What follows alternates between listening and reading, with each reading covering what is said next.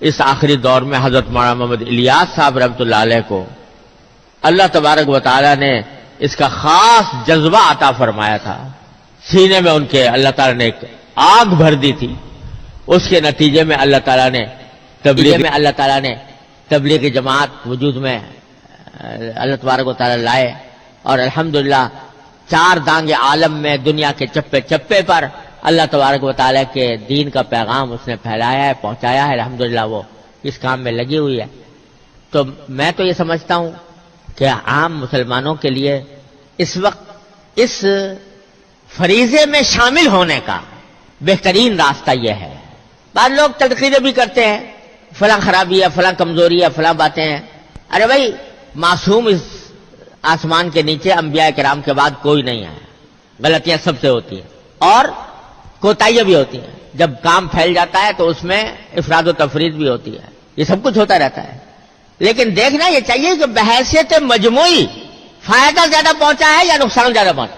تو الحمدللہ فائدے کا عنصر اس میں غالب ہے، اور اس کی وجہ سے تجربہ یہ ہے کہ الحمدللہ وہاں جانے سے لوگ دین سیکھتے بھی ہیں، خود سیکھتے ہیں، اس پر عمل کا جذبہ پیدا ہوتا ہے، دوسروں تک بات پہنچانے کا سلیقہ بھی آتا ہے. تو عام مسلمانوں کے لیے میں سمجھتا ہوں کہ اس کام سے اس وقت تعلق رکھنا اپنے دین کے تحفظ کے لیے.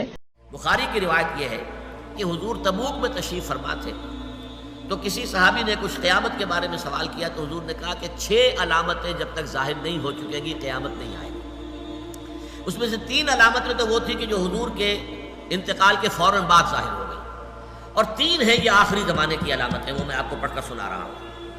ثم استفادت المال حتى يعطى الرجل 100 دینار فيصل ساخطا. اتنا مال ہو جائے گا عرب میں، اتنا ظاہر بات ہے یہ عرب سے مراد وہی ہے، عرب جزیرہ نما عرب، اس میں آپ کی امارات بھی آ جاتی ہے اور یہ سعودی عرب بھی آ جاتا ہے. یہ سارا مال اور دولت کا جس طریقے سے وہاں پر پانی کی طرح. عالم عرب کے بارے میں تو یقین سے کہہ رہا ہوں، احادیث نبویہ سے صاف ظاہر ہے. ویل للعرب من شر قد اقترب، عربوں کے لیے ہلاکت ہے. حدیث میں آتا ہے کہ ایک شخص کے 100 بیٹے ہوں گے تو 99 مر جائیں گے، ایک بچے گا. سب سے بڑے مجرم وہ ہیں.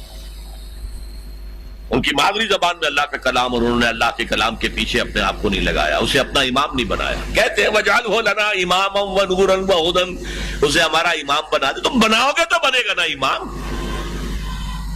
بنانے کو تیاری تھی، دعائیں مانگ رہے ہیں. بڑی لمبی 1 گھنٹے کی دعا جو ہے حرمین کے اندر مانگی جا رہی ہے تراویح کے بعد اور ختم قرآن کے بعد. یہ دعائیں تمہارے منہ پر دے ماری جاتی. وہ کون تم؟ لستم علی شیء حتی تقیموا. ناظرین گرامی السلام علیکم ورحمۃ اللہ وبرکاتہ. دارالعلوم دیوبند کے محتمیم و شیخ الحدیث مولانا مفتی ابوالقاسم نعمانی نے مملکت سعودیہ عربیہ کے ذریعے تبلیغی جماعت کے خلاف مہم جوئی پر تشویش کا اظہار کرتے ہوئے کہا کہ حضرت مولانا محمد الیاس صاحب رحمۃ اللہ علیہ دارالعلوم دیوبند کے صدر المدرسین شیخ الہند حضرت مولانا محمود الحسن کے تلامذہ میں سے تھے. انہوں نے تبلیغی جماعت قائم کی تھی جس کے تحت اکابر کی مخلصانہ جد و جہد دینی و عملی اعتبار سے مفید رہی ہے. جزوی اختلافات کے باوجود جماعت اپنے مشن پر کام کر رہی ہے. کم و بیش تمام عالم میں اس کا کام پھیلا ہوا ہے. اس سے وابستہ افراد اور جماعت کے مجموعی مزاج پر شرک و بدعت اور دہشت گردی کا الزام قطعی اور بے معنی اور بے بنیاد ہے.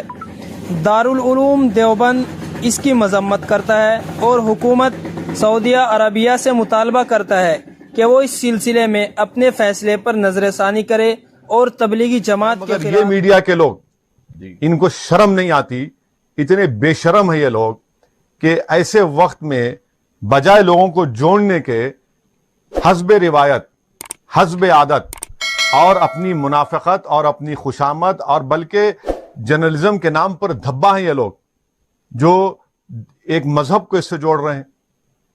اب آپ یہ بتائیے پارلیمنٹ کو کیوں نہیں بند کیا گیا بھائی؟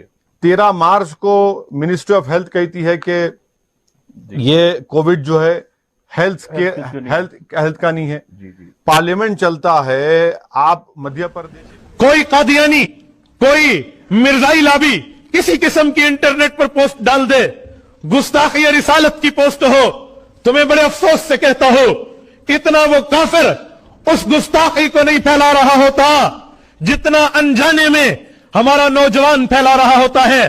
گستاخی پر مشتمل پوسٹ اپلوڈ ہوئی ہے, ہمارے مسلمان نے شیئر کرنا شروع کر دیا ہے.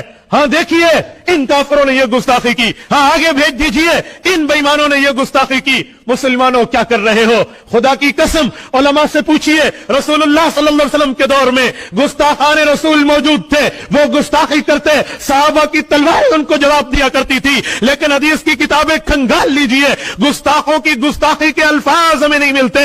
صحابہ کرام نے لا تذکر وطن سسما, نہ ان کا ذکر کیا ہے, نہ اس عبارت کو پڑھا ہے, نہ ان لفظوں کو پڑھا ہے, اس کو آگے شیئر نہیں کیا, آگے بیان نہیں کیا, آگے منتقل نہیں کیا. گستاخی کے لفظ دبائے ہیں, عظمت پیغمبر کو عام کیا ہے, گستاخی کے الفاظ دفن کر دیے ہیں, رسول اللہ کی عزت, حضور کی ناموس, حضور کی حرمت پر پہرا دیا ہے. پر آج ہم انجانے میں کافر کی سازش کا شکار ہیں.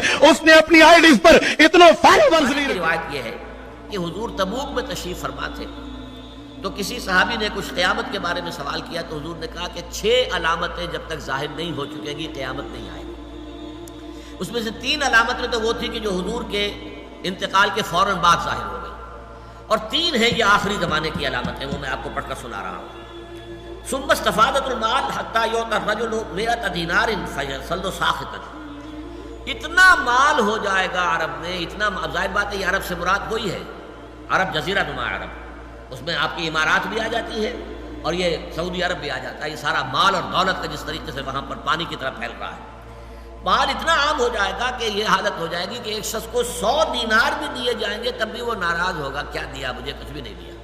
100 دینار اس وقت کے حساب سے بہت بڑی شے. ثم فتنة لا يبقى بیت من العرب الا دخلته. پھر ایک ایسا فتنہ آئے گا کہ عرب کا کوئی گھر نہیں بچے گا جس میں وہ فتنہ داخل نہ ہو جائے. یہ مغربی تہذیب کا فتنہ, اوریانی کا فتنہ.